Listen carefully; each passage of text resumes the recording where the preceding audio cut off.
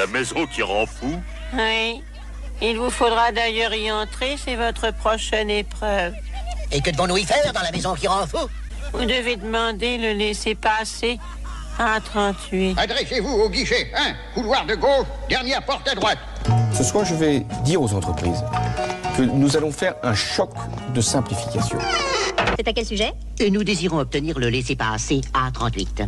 On vous a mal informé. Vous devez vous adresser au guichet 2. Je me suis dit, nous allons pouvoir trouver de la croissance aussi par la simplification. Que voulez-vous? Le laissez-passer A38. Vous avez le formulaire bleu? Le formulaire bleu? Non. Alors comment voulez-vous obtenir le laissez-passer à 38? Et où trouverai-je le formulaire bleu? Guichet 1. Mais j'en viens. Donc, un choc de simplification. Le laissez-passer A38. Les vraies voix Sud Radio. Et c'est certainement ça, bien sûr, le choc de simplification, Philippe David, avec cette question du jour. Oui, qu'est-ce que vous voudriez toucher dans comment ça s'appelle, dans la structure administrative de la France, le millefeuille ou le 10 millefeuille? Eh bien, vous êtes 54% à vouloir supprimer les intercommunalités, à 31% les régions et à 15% les départements. Vous voulez réagir? Le 0826 300 300. Je reviens sur les paroles du nouveau Premier ministre Sébastien Lecornu qui dit « Je souhaite présenter un grand acte de décentralisation, de clarification et de liberté locale au Parlement ». C'est ce que, depuis, on l'a entendu, le choc de simplification, c'était François Hollande. Depuis, comment dire que tout est un peu compliqué. Un peu compliqué, voilà, c'est ça. Est-ce que ça, Michael Sadoun? Oui, il faut comprendre que si vous voulez, les dépenses de l'administration publique locale, c'est elles qui ont vraiment explosé plutôt que les dépenses de l'État à proprement parler dernièrement. Parce que, notamment, les échelons se sont multipliés, etc. Alors après, ils ont ce qu'on appelle une règle d'or, donc ils ne doivent pas faire de déficit si ce n'est pas pour financer des dépenses d'investissement. Je crois que François de Rugy le confirmera. Doit présenter un budget en équilibre, mais ce qui n'empêche pas qu'ils augmentent au fil des années. Oui, oui, bien sûr. Évidemment. Et moi, personnellement, je pense que les EPCI pourraient quand même... les intercommunalités, ceux qui ne sont pas friands des sigles comme moi. Oui, les intercommunalités pourraient remettre des choses en commun avec les communes parce que franchement leurs missions ne sont pas très différentes, et les départements pourraient marcher en symbiose avec les régions et les deux pourraient fusionner puisque la région s'occupe plutôt de la stratégie économique d'un territoire, du développement, etc. Bon, ils s'occupent aussi des lycées, etc. De l'autre côté, les départements s'occupent plutôt de la distribution des aides sociales, de certaines aides aux entreprises, etc. Donc il me semble que les deux pourraient un peu marcher en symbiose. Voilà. Ça permettrait de générer évidemment des économies d'échelle, de mettre quelques personnes, il faut le dire, de licencier quelques fonctionnaires et des gens sous contrat. Ou les réemployer quelque part dans d'autres... Mais bon, on en parlait tout à l'heure, de toute façon, la diminution des dépenses, à un moment, elle passera par le fait qu'on va recaser des gens ailleurs. Donc, voilà. Ou pas. C'est le problème. François de Rugy.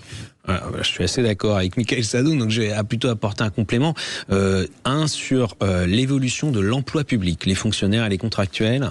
Il y a eu une comparaison qui a été faite il y a quelques temps sur 25 ans, donc sur une période assez longue, 97-2022, l'État, l'hôpital et les collectivités locales.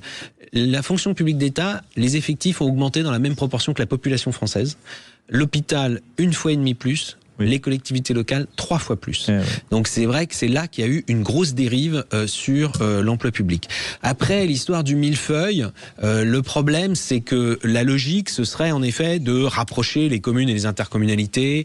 Il y a même quelques endroits, mais très rares, où on a fusionné toutes les communes qui étaient dans la même intercommunalité pour en faire une seule structure.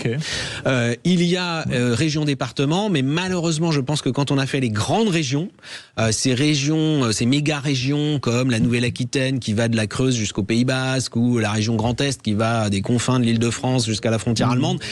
On a malheureusement un peu tué l'idée du rapprochement des départements, voire la fusion des régions-départements qui avait été envisagée par Nicolas Sarkozy. Est-ce que c'était une erreur justement les méga-régions, ça a été une grosse erreur. Moi j'étais contre. Ça n'a pas fait faire d'économie, bien au contraire. Mais maintenant que c'est fait, c'est difficile de revenir en arrière. Donc je pense qu'en effet, il y a quand même un sujet autour du département. Un certain nombre de compétences des départements pourraient être exercées par justement les intercommunalités, parce qu'elles ont une taille maintenant suffisante, par l'État pour d'autres, parce qu'il y a du social. Est-ce que le RSA, la caisse d'allocation familiale, elle distribue plein d'aides sociales. Pourquoi elle pourrait pas distribuer le RSA? Pourquoi c'est les départements qui le font? Bon. Et puis il y a aussi un autre problème, c'est que tout le monde veut faire de tout. Et moi, je vois l'exemple de l'emploi. La politique de l'emploi, c'est important. Mais alors du coup, comme c'est important, tout le monde dit mais moi je fais quelque chose pour l'emploi. Et donc vous avez des choses qui sont faites au niveau communal, intercommunal, départemental et régional et national.